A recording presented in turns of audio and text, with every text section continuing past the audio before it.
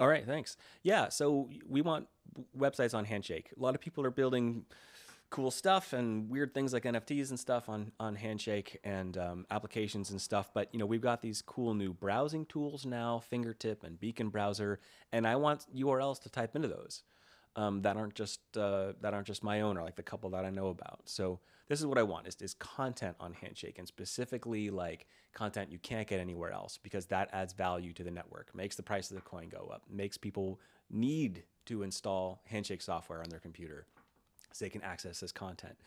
I've even tweeted informally that there will be extra bounties for censorship resistant related content that is generally censored, let's say.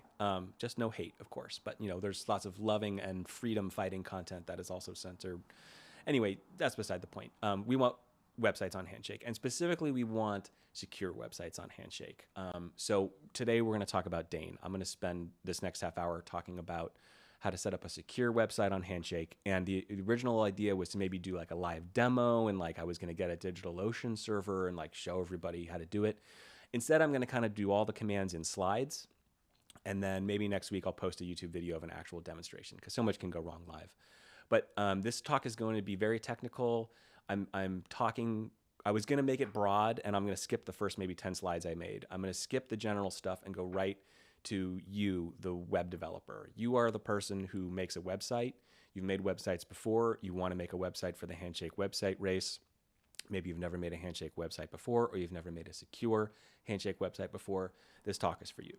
So let's go. I was going to kind of generally talk about delegation and how, like, if I have a parking, how do I pay this parking ticket? The only thing I know is that Joe Biden is a president. Well, then you ask the Biden, he says, go talk to, I made a mistake on it. Oh yeah. He says, go talk to Gavin Newsom in Sacramento, who says, go talk to London Breed in San Francisco, who says, go talk to Doris on the 4th floor, and she'll take your payment. So this idea of delegation. And on the internet, how we delegate things is with an IP address and a public key. Basically, the IP address is where the next person is, and the public key is how you know it's them when you get there. Skipping this for now, skipping this for now, skipping this for now. Here we go. DANE. All right. Hopefully we're going to talk about it a lot this week. I think we talked about it last year, and it's one of my favorite topics and one of the most important technical topics when it comes to Handshake. And this slide is it. So this is the delegation of authority from the blockchain, from the miners, from the energy being wasted on proof of work to your website. And it's just a single flow from left to right. Proof of work secures the website. And there are 3 things you need to do if you want a secure website on Handshake. The one on the right is the web server, and that's the one that you, as I've already addressed, are familiar with. You've set up an Nginx web server or Apache. You've got a certificate from Let's Encrypt. You basically know how to put HTML files in a folder, and so that when somebody types in a URL, they see your website with security, because Let's Encrypt is easy to do.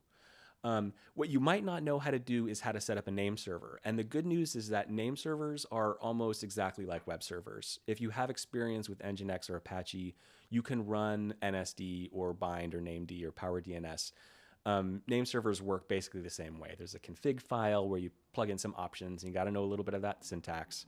And then there's another directory where you put the content files. Instead of HTML files with websites, it's zone files with DNS records. So if you can run a web server, you can run a name server. Don't panic. You can do it.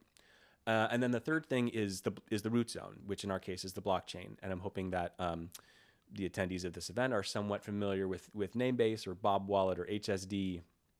And I'm going to teach you all the commands you need to do to make this grid happen. I'm going to continue to leave this slide up and go through everything here, because this is the overview. This is how it all works. So let's go left to right.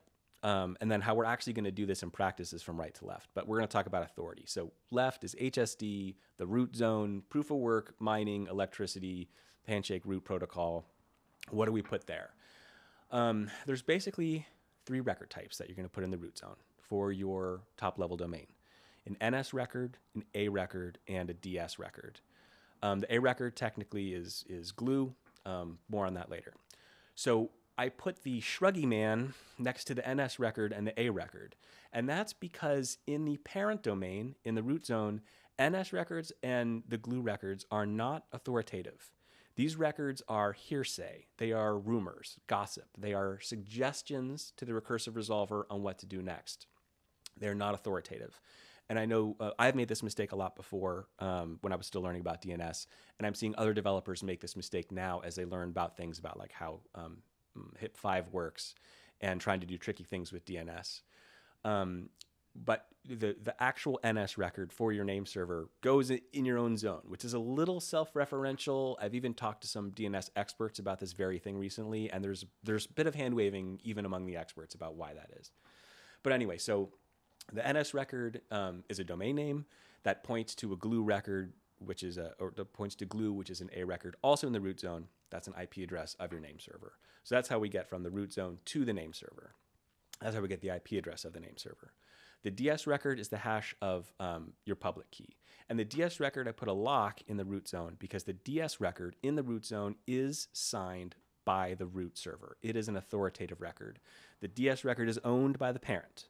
It's a hash of the child of your key, but the DS record is the real delegation. The NS record, like I said, is hearsay, Shruggy Man, but the DS record is signed by the root. That's real. That's authoritative. The recursive resolver trusts that. Okay, we'll say that. So in the root zone, we're going to put an NS record with glue and a DS record. In the name server, so now we're leaving the root zone. We got a server on DigitalOcean now. We're going to run something like bind or power DNS, and this is where we put our zone file.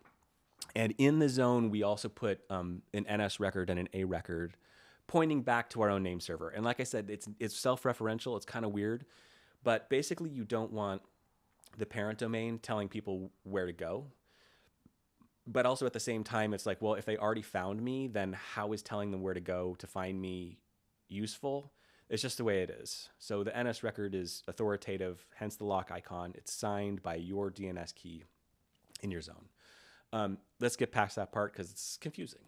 The next A record is of your web server. That's the thing that we want. When we talk about DNS, connecting domain names to IP addresses, that A record right there, second one, middle of the screen, that's the A record that does that.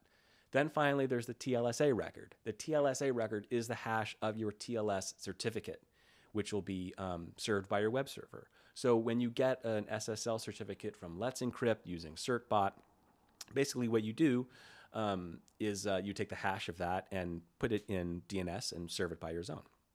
So all these records, NSAA, TLSA, they're all signed. That's what the lock icon means.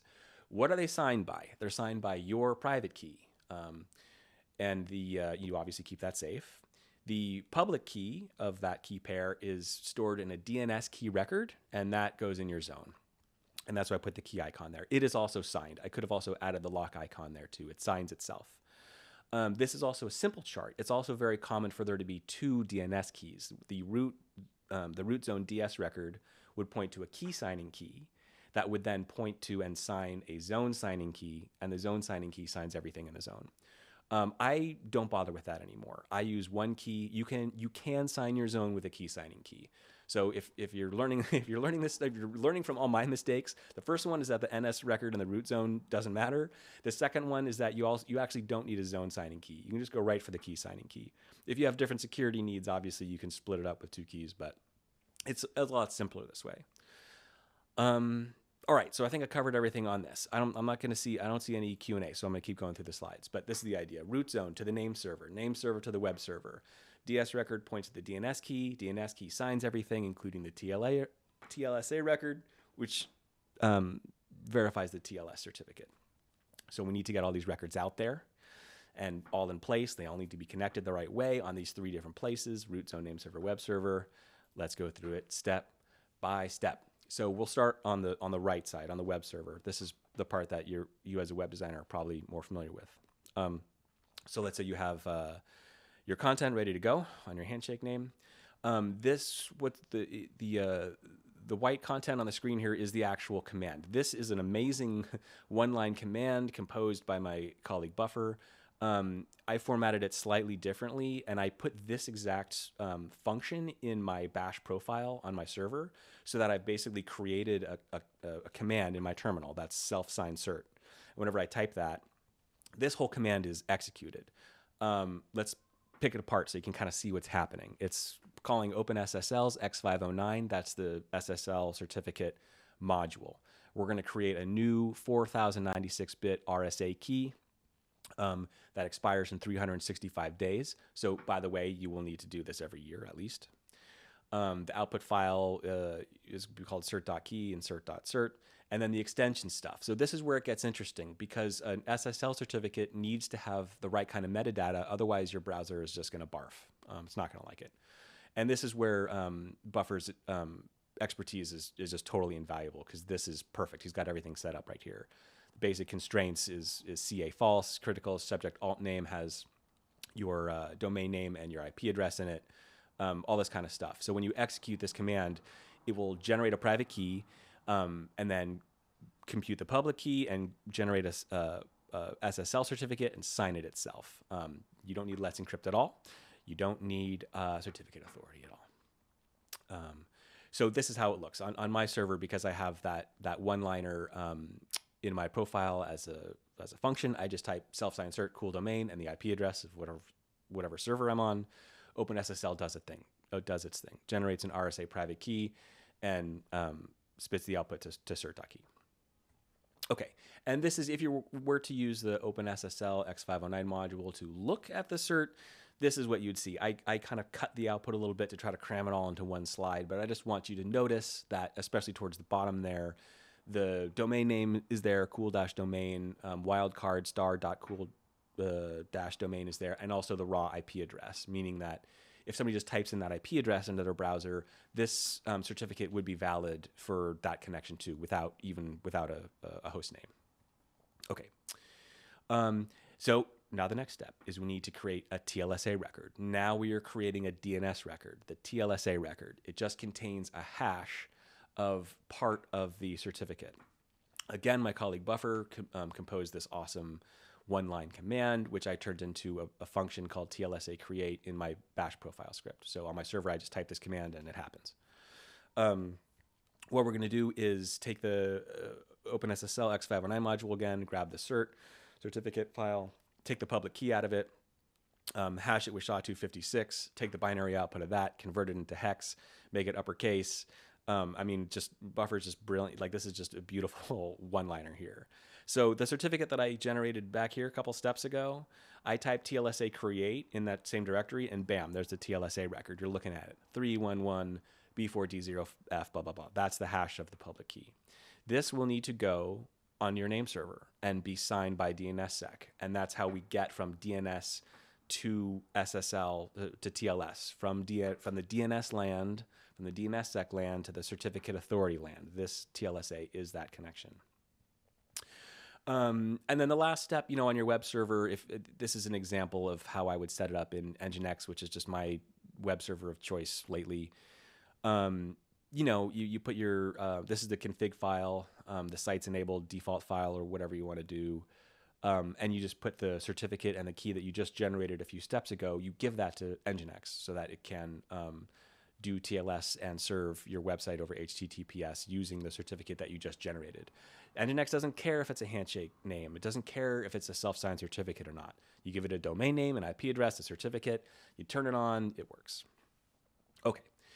Now to the name server. So these commands, we're going to start with DNSSEC keygen here. These commands are available when you install bind9. That's just the toolkit that I use. There's plenty of other options out there, and there's lots of great guides on Handypedia. There's an article there about how to set up HTTPS websites, and a lot of the stuff you'll see again there if you go check out those articles. So now we need to generate another a cryptographic key pair. This is a DNSSEC private key and public key pair. And then we will take the hash of the public key to create the DS record that'll go in the root zone.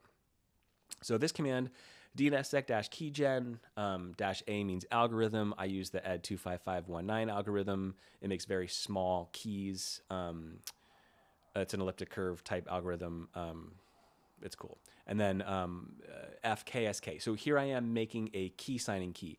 As I said before, like you could create a key signing key and a zone signing key. You don't have to. It's more complicated. Maybe you need to do that because of the value of your domain or something. I generally don't for my little websites like the Handshake Tarot and Proof of Concept. I'll just kind of do it like this. So create a key signing key, and then cool-domain is the last argument, and then bam, DNSSEC keygen generates a key pair. It gives you the title of the key, which is kind of deterministic. And then if you output that key, you'll see this data here, and cat, wrote the cat command, and then at the bottom of that, you see the DNS key record with some gobbledygook, which is your public key. It's nice. Add 25519 keys are very short. If this was an RSA key, it'd be like blah, but it's nice and short. This DNS key will go into your zone. This needs to be served by your name server. It's a public key. It needs to be available.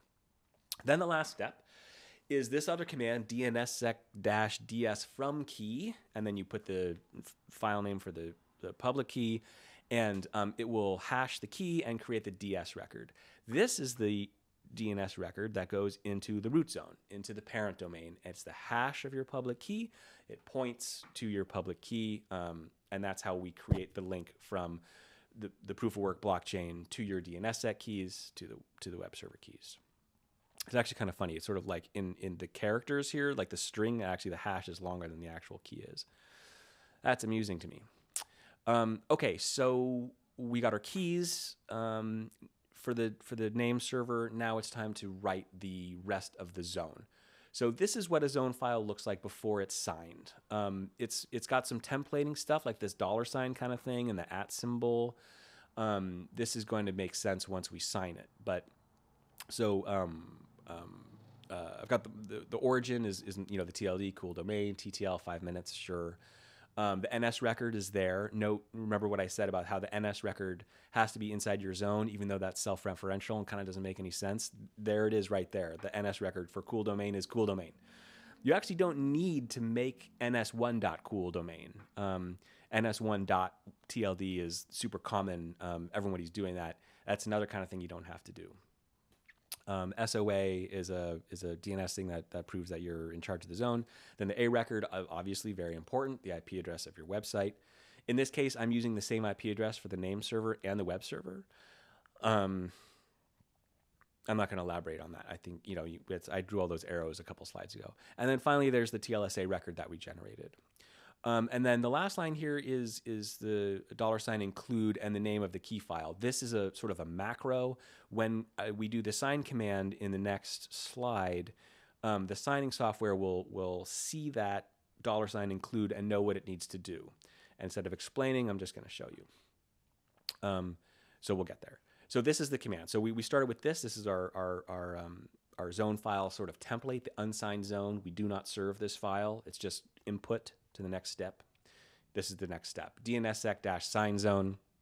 -Z, I think, is what you need to add if you're going to use a key signing key only. Instead of having two separate keys, you need to put that -Z there. -O, cool domain, is the output or the origin, of the domain, and then cool-domain.zone is the name of the file that we created here in this slide. And then this is the output, verifying the zone using the following algorithms. At 25519, zone fully signed, it learns the algorithms. Note how the output says 1 active KSK, key signing key, 0 active zone signing keys. That's okay. It's actually okay. You don't need a zone signing key. And this is what the zone looks like once it's signed. It's huge, right? We started with this like short little template, signed it, and now all the stuff is in here. You'll notice there are RR SIGs. These are the actual cryptographic signatures over each record type.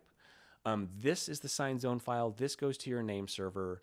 There's no private keys here. The nice thing about DNS is you can always sign it offline and then just put the signed records on your hot server, and nothing can really happen bad to it there because your private keys are safe. And you can take a look at this. Like the SOA record is there. It's signed. The DNSSEC key, the DNS keys are here on the top right. Remember I had that $include macro that got turned into the DNS key record. The sign zone function pulled that key from the file and put it into my sign zone and signed it. So we're all good. You can see the TLSA record is there. It's important to have a wild card for the TLSA record, that star, because when DANE actually comes along, it's not going to just look for cool domain TLSA. It's going to look for _443 dot _ TCP dot cool domain. So try to remember that back here I have the star by the TLSA record, and that's going to be important. So now we're ready to configure the name server. We've got the content for the name server, which is our signed zone. This is 2 example configuration files for named, which is by bind, and NSD, 2 different name server applications. You can kind of see the resemblance in the configuration file. Basically, you just tell the name server the name of the zone it's serving and where the file, the signed zone file, is on your drive. That's it. And then finally, we get to the root zone, everybody's favorite part. This is where Handshake finally comes in. You could do this with Namebase. You can do this with HSD. You can do this with Bob Wallet. You take the DS record that we generated a couple slides ago, and you got to put that on chain. In Handshake, with HSD, we use this send update command with the domain name, and then you put the DS record, and I'll explain a synth record in a second. Actually, I'll explain it right now. So there's a couple ways to get that NS record with its glue in the Handshake root zone. If you're Namebase, you could add an NS record and a glue record, which is redundant and wastes blockchain space, but you can do that if you really want to. An NS record just has a domain name. A glue 4 record is a special type of Handshake record that includes a domain name and the IP address, which is what makes that NS record redundant. So you don't have to do that. You can just use a glue 4 record, and you can have ns1.cooldomain and then the IP address. The coolest way to do this, which is still maybe a little has some pitfalls, which I'm not going to have time to explain, but all of the websites that I run on Handshake use synth 4 records.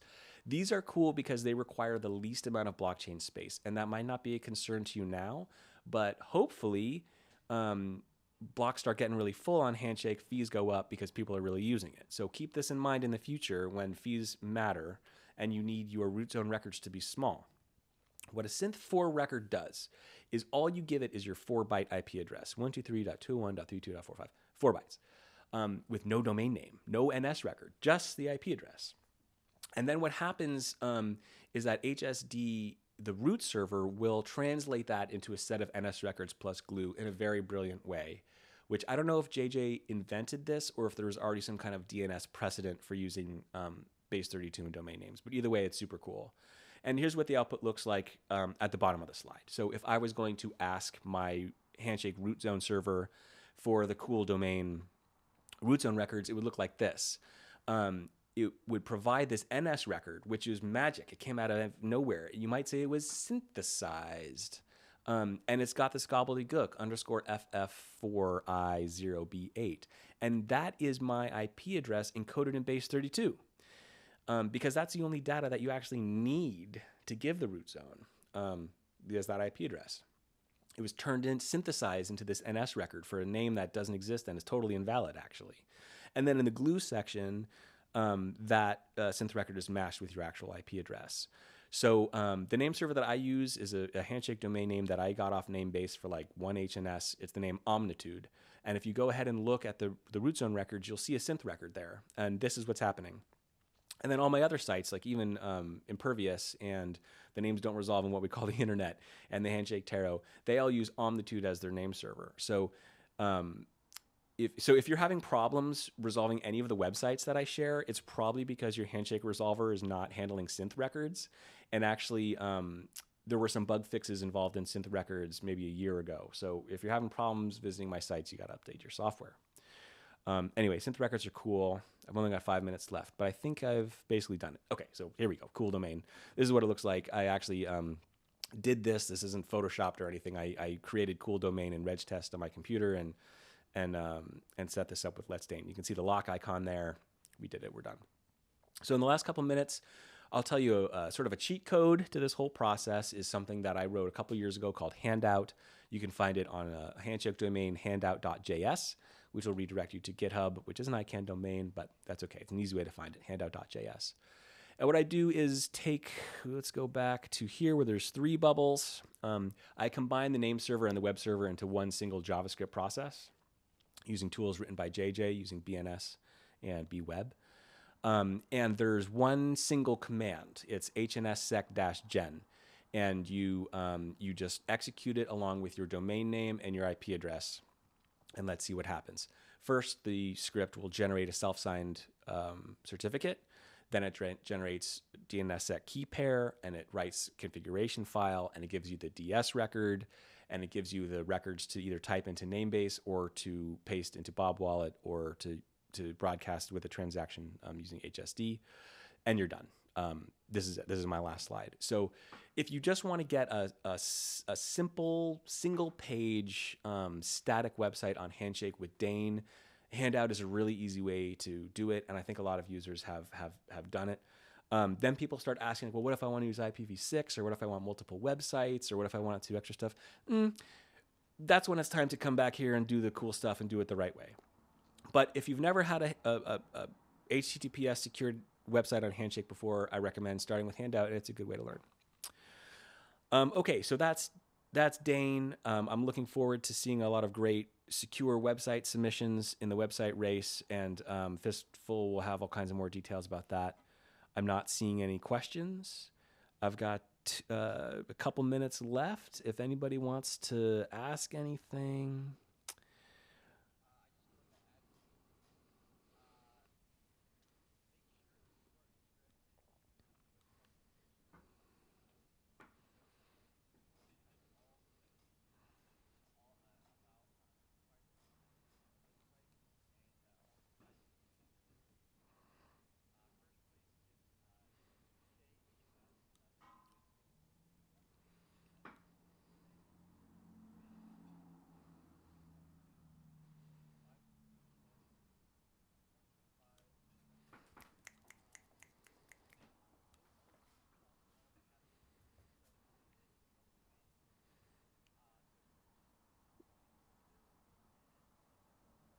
Build just content. You don't have to invent something. Just make a website on Handshake with a bunch of poems you wrote, or a drawing of your cat, or like if you're a really good web developer, put a video game or an application or a forum where people talk about like organizing labor or democratic revolution or something like that.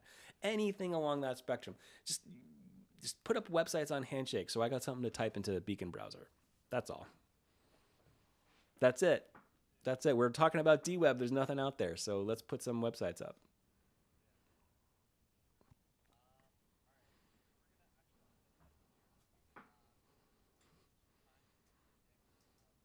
Thanks.